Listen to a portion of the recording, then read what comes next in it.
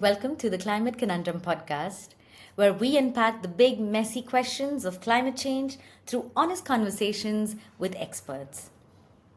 Today's episode is about something we talk about enough and yet not enough. While this is a paradox, we're talking about energy equity and justice. There's a whole range of conversations that keep coming up about this topic, but honestly, are we tackling it enough? Who are the people making decisions? On behalf of whom? Equity and justice for whom and by whom? As the world rushes towards clean energy, who's getting left behind? What even does an energy transition that is equitable and just look like? Not just in boardrooms and global summits, but in the lives of real people, farmers working in the field, coal workers, and across communities in India, in the global south, across the world. To explore this, I'm joined by Saurabh Kumar, Vice President of India Chapter for the Global Energy Alliance for the People and Planet, or GEAPP. We'll dive into global conversation on just transitions, India's unique challenges and opportunities, and also what energy equity really looks like for him, for the organization, and for a general audience. So let's get into it. Hi, Mr. Kumar. Welcome to the show, and we're very happy to have you here to explain a very important topic about climate and energy equity and justice. Thank you for inviting me to this podcast. My name is Saurabh Kumar. I lead the Global Energy Alliance for People and Planet, GEAPP as we call it, in India. And we essentially work in the areas of energy transition, providing financing, innovation, energy storage, and decentralized renewables. Our aim is to catalyze investments into these areas so that we are able to accelerate India's energy transition. Yeah, that sounds like a big mandate, and we'll come to that soon. But I think to begin with, I always like to ask the basics. And here, our basic premise for the conversation itself is what is energy justice and equity? So I'd like to know what it is for you, for the organization, and how does it even differ from, say, just access to energy? Maybe that's not enough. So, yeah, over to you. So, if you look at what do we mean by just energy justice or energy equity, I think this is a principle that the government of India has laid out for a long time. You look at the emissions and you look at the per capita emissions and also per capita energy consumption. We are way down the pecking order. Yes, I know aggregate terms we are the third largest emitter, which is also true. But the fact remains, in a growing economy, you need energy, and vast number of people, and we estimate almost 300 to 400 million people still do not have access to reliable electricity Exactly. in India. And yes, the program in the last 6-7 years did connect almost 100% people. But the fact remains, you go to any village, anywhere in this country, you still have unreliable energy. So there's a long way to go. If you were to define energy justice or energy equity, I think there has to be a way to providing commercial energy to almost the entire population of this country in a sustainable and a green manner. And that's what we mean by energy equity or energy justice. And that's what we are actually working towards with a lot of stakeholders, including the governments at various places.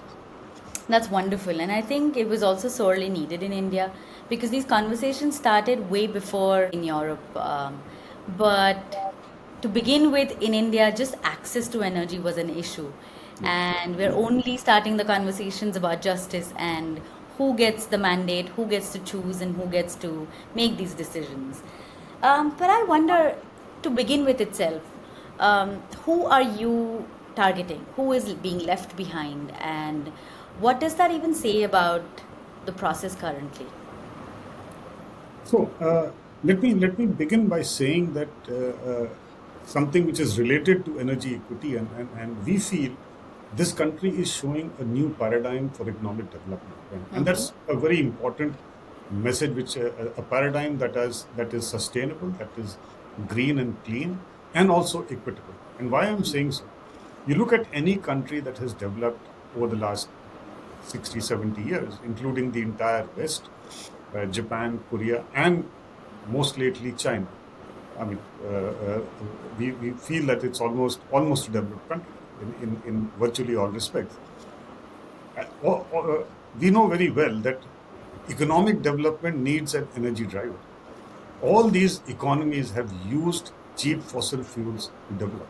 Now, what is the what is the challenge before India?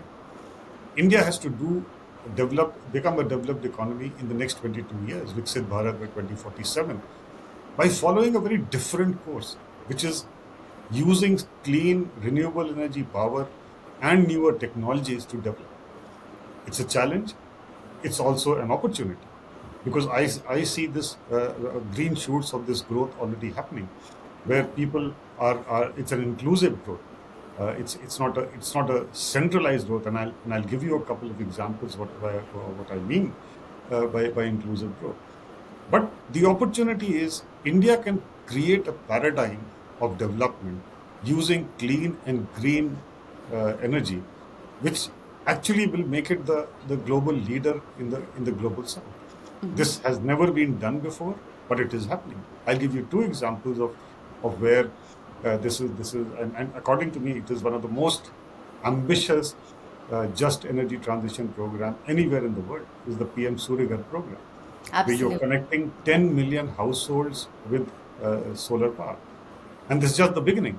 I think if you are able to particularly focus on 5 kilowatt and below usage, you're actually helping those who need to be provided support the most. And there are various business models being put together where the cost of electricity will go down dramatically. The second one is a focus on decentralized renewables, which is a very refreshing thing that, in addition to the rooftop, if you look at the PM Kusum scheme, again, this is a, I would say, a visionary scheme which actually not just decarbonizes the agriculture sector, but if you go down to a village where you have these small little decentralized power plants, it has changed lives. And we have done surveys, impact analysis of these in various places. It has impacted jobs, it has impacted children's education, it has impacted women's health, there's growing economic prosperity. So I think these two focus on rooftops and decentralized renewables is perhaps the new paradigm that I was talking about, of taking people, being inclusive, making sure that you provide them with affordable, clean, and green energy.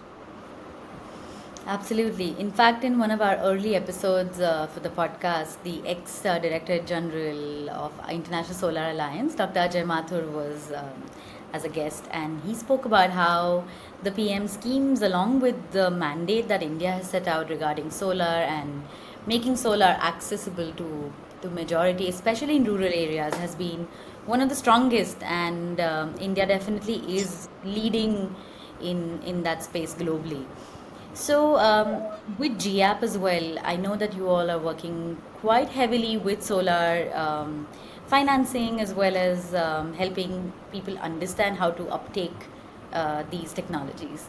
What are some of the areas that you're actually really proud of and make you happy when you talk about solar or really renewables in general? So there are several. So, number one, I think we were extremely proud to be associated with the Ministry of New and Renewable Energy to develop the entire digital backend of the PM Surya Ghar portal. Now, if you see the portal, it's a unique portal which is a helping people in a very seamless manner without going to a distribution company's office or anywhere else. They're able to register, they're able to put in their demand, they're able to get any approvals that are needed from the distribution utility, get financing for solar, get vendors, get commissioned, and also they're able to avail of the subsidy right sitting in the comfort of their home. Now, the results have been extremely encouraging. In 1 year, almost 1.1 million people have already commissioned their solar rooftop. Now we see a great opportunity of India being a Vishwaguru and GEAPP having presence in 6 or 7 other countries in the developing world. We are looking at how can we replicate this platform in other countries like Nigeria, etc. Where so very proud of this. Number two is a related theme, which is the battery energy storage, which is Yes. extremely important if you want to integrate renewable energy projects in this country. We were able to design, procure, and commission India's first grid scale energy storage project right here in Delhi. It's the first of its kind anywhere in the country, which has got approval Okay. from the regulator. It's a relatively small 20 megawatt into 2 hours of storage, but it has a massive demonstration effect in more than one way. I mean, as I said, it's the first one to be actually commissioned. Number two, uh, it also created templates for standard bid documents, standard agreements between the utility and the and the service provider for batteries, regulatory templates as to how to do these projects. And most importantly, we have also designed and developed an open source battery operating software, which we are currently testing with this battery, and then we'll make it open source so anyone can use it. So we this is the second thing that we are extremely proud about, and the third thing is with our partnership with the state of Rajasthan, where we have been supporting their very ambitious program for PM Kusum, which is the agriculture solarization. We have been able, along with the government and the distribution utilities, they have been able to issue letters of award for 3.5 gigawatt of small little power plants, and these power plants are between 1 megawatt and 7 megawatt, 7 to 8 megawatt, depending upon the land parcel size. And not just that, they have commissioned 1 gigawatt already, making them among the fastest growing decentralized state anywhere in the world. So incredibly proud about our association with all these three, and we intend to now take this to other states in India, but also our geographies where GEAPP is active outside India.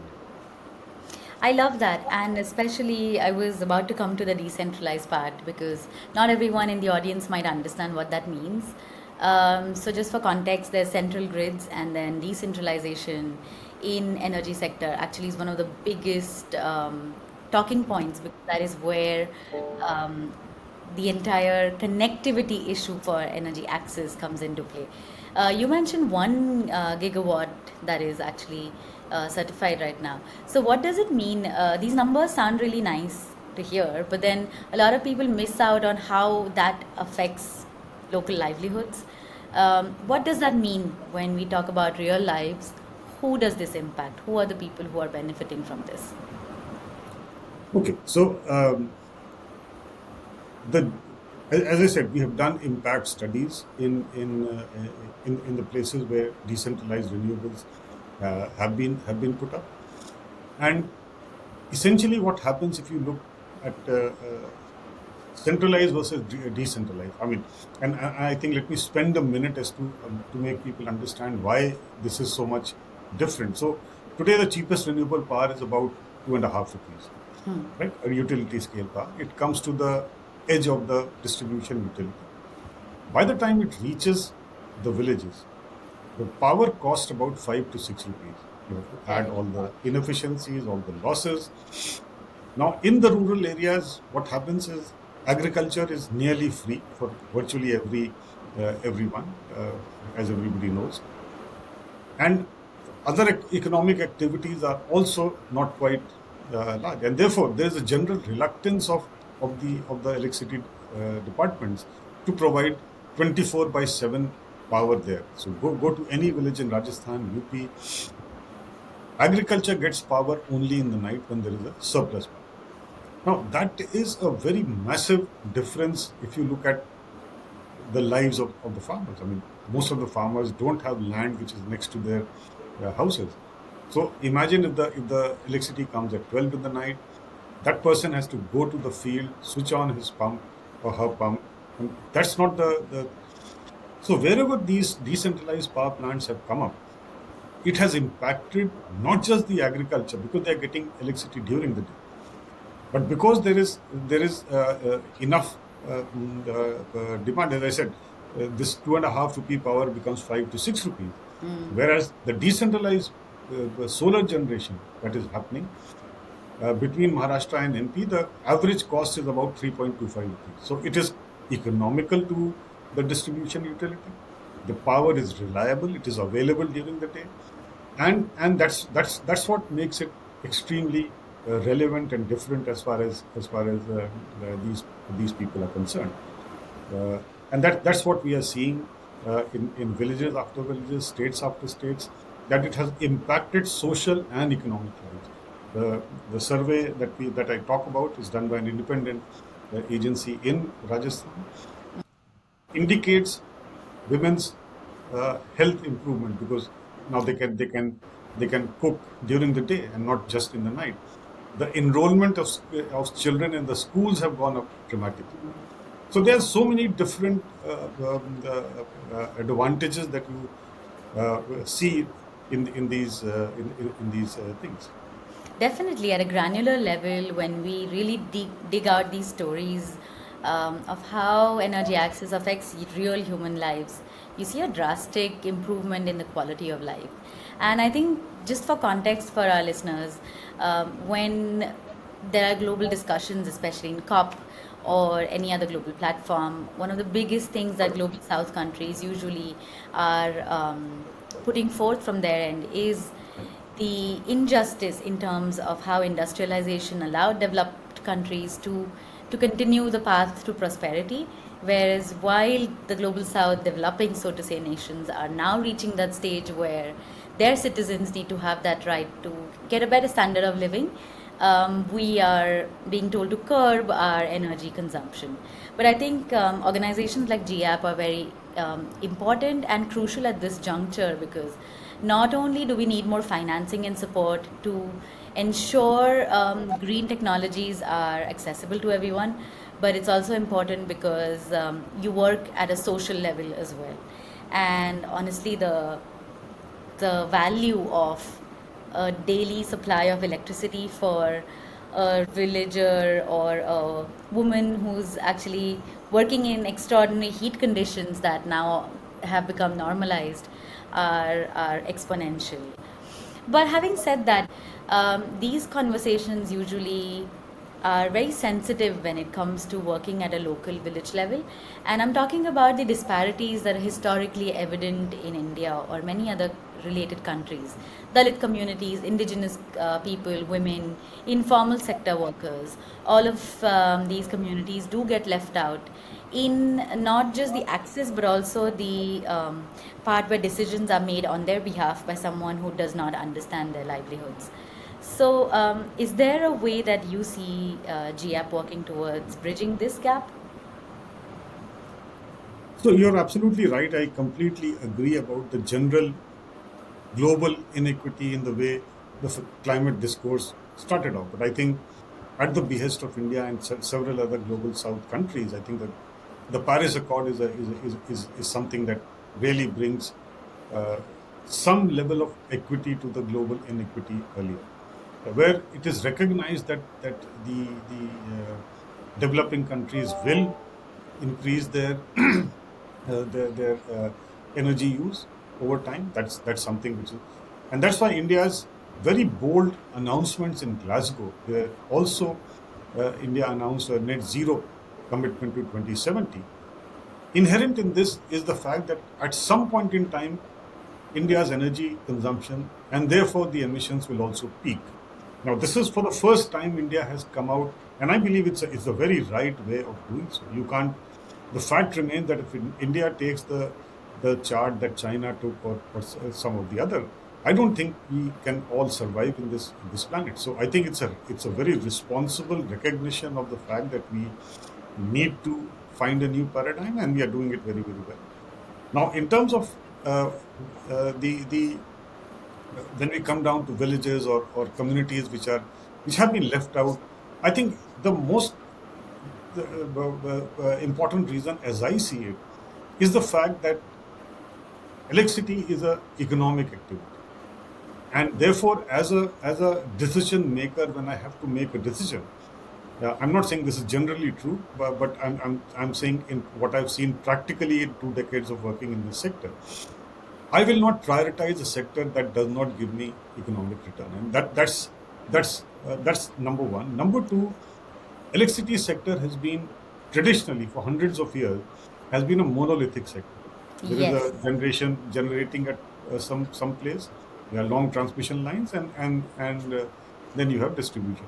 Things have changed with the advent of these storage technologies, with EVs coming in, and decentralized renewables. It also has a social aspect to it. Now, for example, I mentioned 1 gigawatt of decentralized renewables have been installed, commissioned in Rajasthan.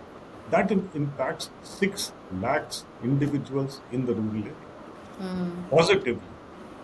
As I said, So health, you're saying education, 1 gigawatt absolutely, is is 6 lakhs people.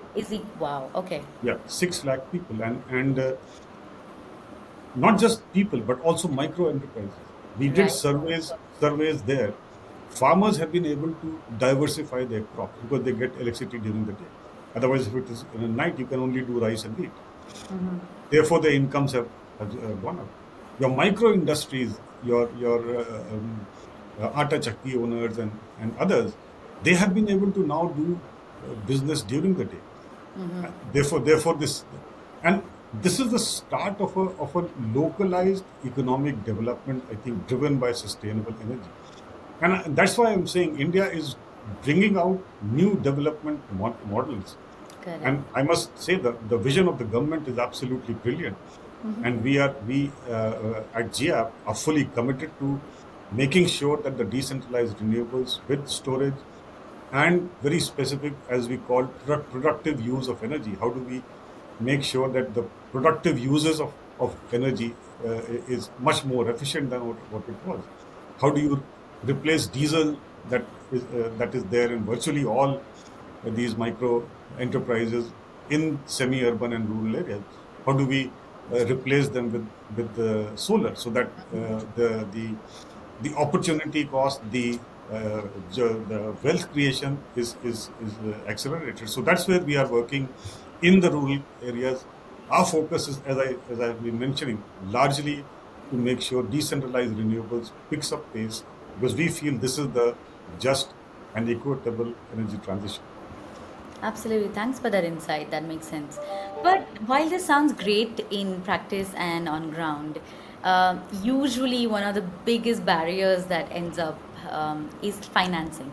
Because no matter how much I would want a solar panel in my village, I do not have the financing capacity to actually get it installed, or even keep the upkeep running and have a 10-year goal for making sure all the parts are changed and the lines are allocated to the right houses.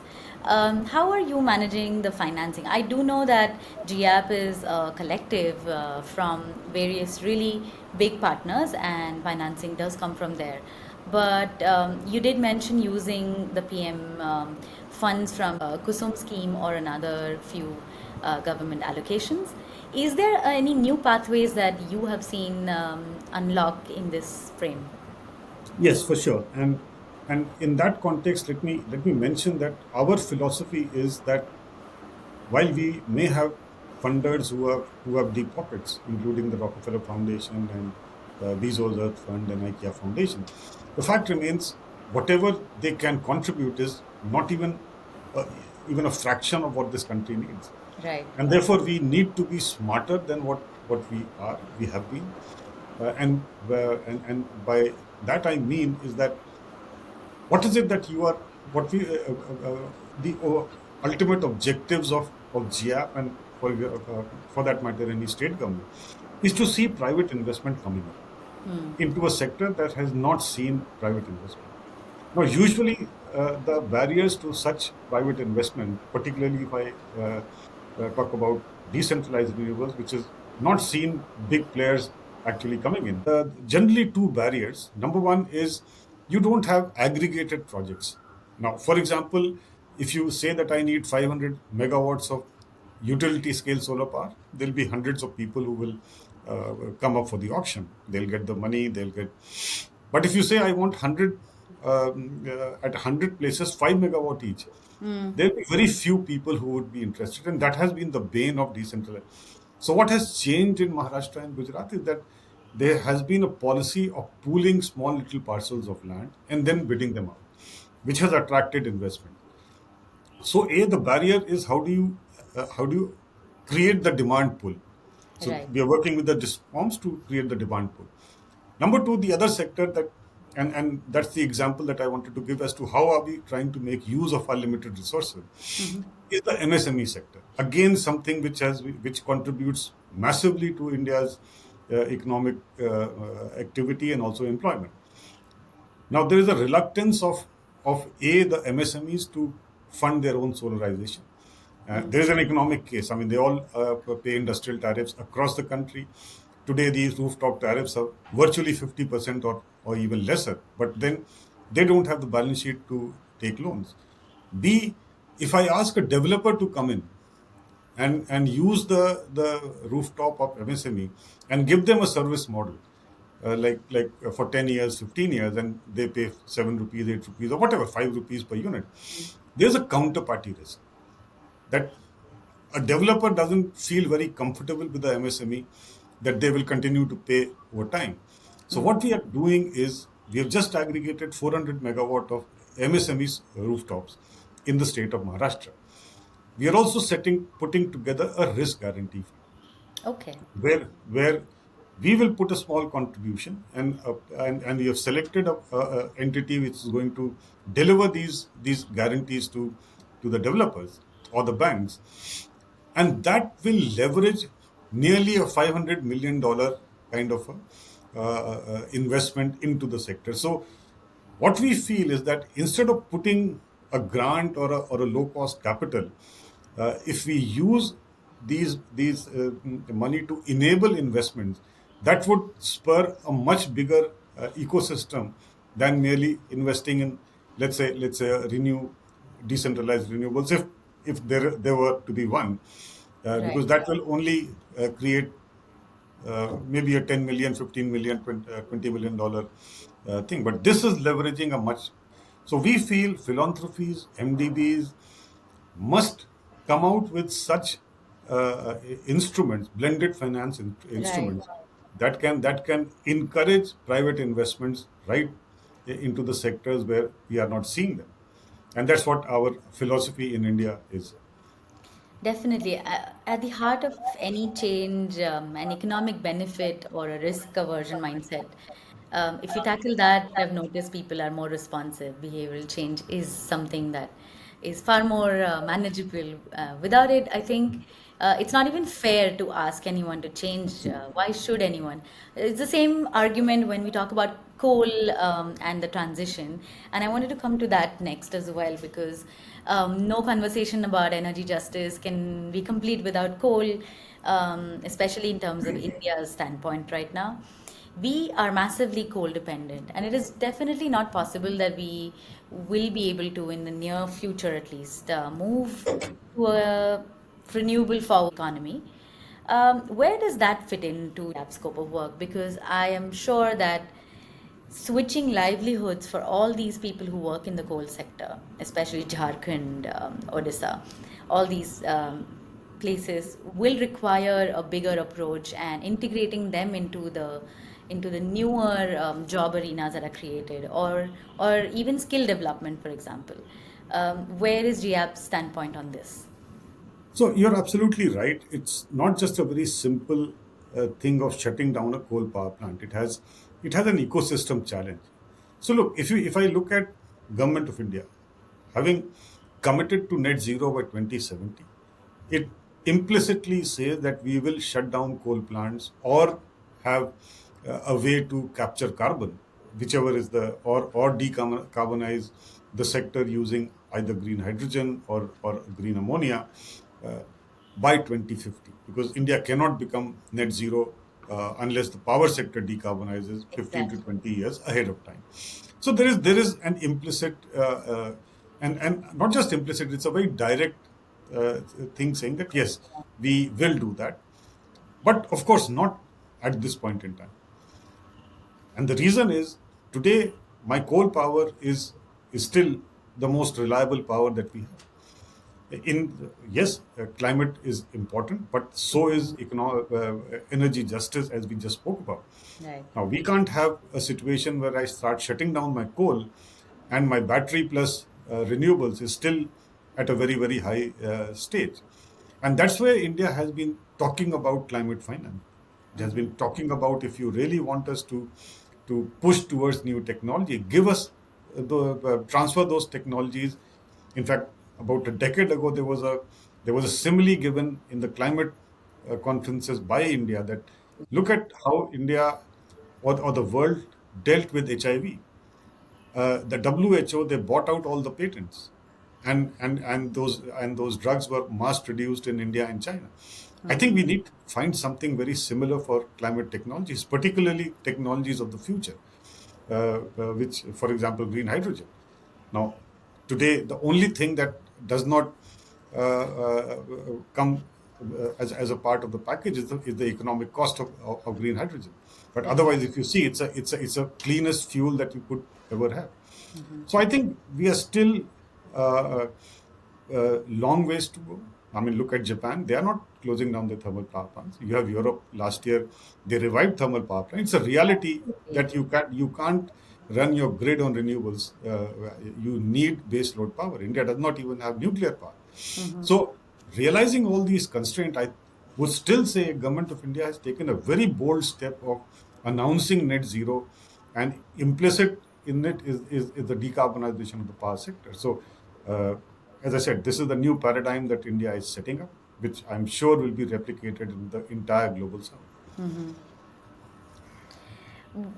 Europe is currently struggling with the same idea, right? They have made strides in renewables, and then the war started, the Russia-Ukraine war, and they had to really go back 10 steps to actually restart their coal projects, get more coal-based energy and oil-based energy from other countries.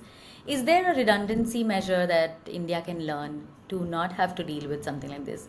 We are already at a point where good quality coal is not available. We are using lignite, we're using low grade coal, and the challenges of that using that are another. I think that's for another topic altogether.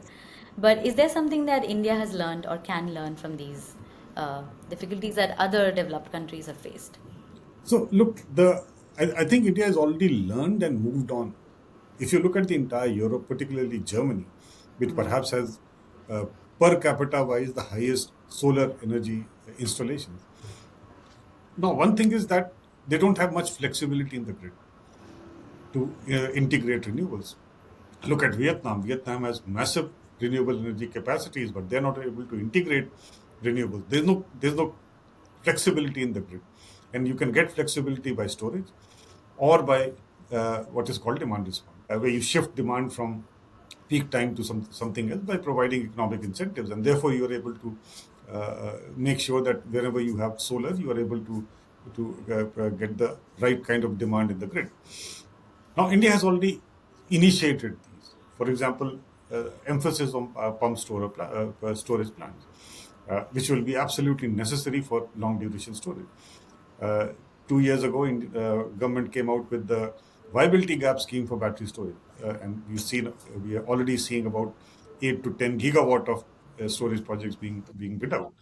So I think, and plus decentralized renewables, keep going back to that, because that is where, if you are consuming and producing energy at the same place, perhaps you don't need grid stabilization, because it's all Absolutely. localized, and therefore your investments in infrastructure, etc., also reduces. So I think India has, as a nation, created a template which is working out pretty fine at the moment, and that's the learning from what did not go very well at least in Europe in the last few years. India does not have gas, so again that's a constraint. While the Europeans, if you see, were not on coal, but they were certainly heavily dependent on the Russian gas, and therefore it only proves the point that we have been discussing, that renewables are still not the technology that can give you a stable electricity output that is needed to run a grid, and therefore you have to have something else. Absolutely. Renewables can work, like you said, in a small capacity in localized way, to give people the power to actually just manage their own supply to an extent. It will not solve a bigger mandate, but at least on a local grassroots level, yes. Solar, biochar, there's a lot of other new areas in which innovation is happening. So definitely a positive outlook for India for the energy sector. Yeah. But moving on, I wanted to discuss another interesting project that you have launched at GEAPP called the Entice Project. And I wanted to understand a little more because innovation, and this goes hand in hand without what GEAPP is doing. But I'd like to hear a little more on this front from you. So the logic of starting this innovation challenge 2 years ago was essentially to when we studied the sector, particularly the startup sector, and if you go through any report that indicates where the interest of the VCs have been in the last few years, in India, the focus of VCs on climate as a subject was number 10th on the list, Yes. right? And energy was even lesser within the climate space. And it is not hard to guess. The reason is today, with the kind of unicorns you are having on health, education, fitness, food delivery, where a VC is able to get 3x returns in 2 or 3 years. Whereas these are all infrastructure heavy You pour startups. money and you hope for the best. Yeah, you need patient capital. So I think that is where the climate tech loses out, at least in India. Not so much in the US, particularly in the Silicon Valley, but in India certainly yes. So we wanted to promote and push startups uh, in this space in a hope to increase the visibility of. So it's the second edition itself. In the first edition, we looked at battery as a solution. Happy to report that there were two outstanding startups that were selected by an independent jury that we had, and we still in this year as well we have an independent, high profile, very knowledgeable jury members who will decide who the winners are. Of the two, one has already got funding of nearly $10 million, and they are scaling up.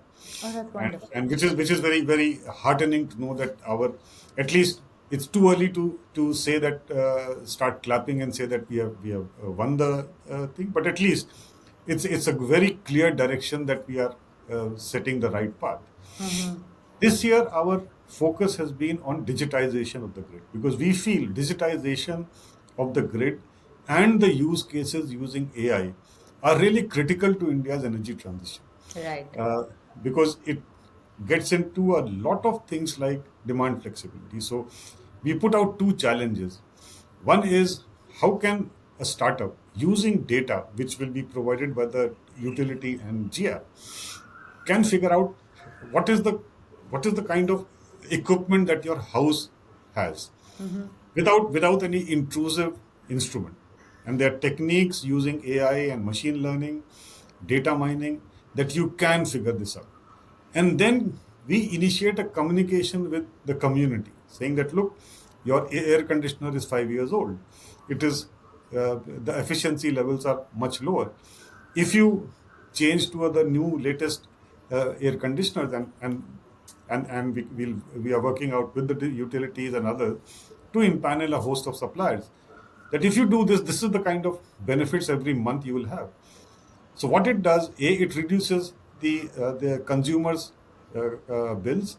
It also reduces the peak demand for the utility, Correct. and that is where the demand flexibility and demand response regulations come up to, and we feel without a digital grid, you cannot just do that. And that's what this year's focus has been. We want startups to come up. We are a IT heavy kind of a nation. We want to leverage that not just for India but also for the world as well. So that's the whole idea this year. And the 2 3 selected startups by the jury, we will work with them for the next 6 months till March to make sure that whatever their product is, we test them out using real data, and we take them to regulators and policymakers so that it becomes a business case for them to not just do that in a utility but also in several others. That sounds amazing. And I think that was definitely a gap that we needed to plug in the system here because, as you rightly said, VCs somehow have not been interested in climate tech and climate investments. And in order to lure them, someone has to start. So, great opportunity for any listeners who are working on any such technologies or applications. Definitely take a look at Entice. It's something that has been well received, and also a lot of effort I see has been put into making it not only a superficial challenge to talk about on social media, but I guess the guidance and the learnings that will be projected there onwards will be very useful. Well, it was lovely talking to you, and thanks for simplifying all these complex terminologies as well as layout of the ground reality. So, thank you for your time, and I'm sure our listeners might have more questions, which I will direct to you. And stay tuned.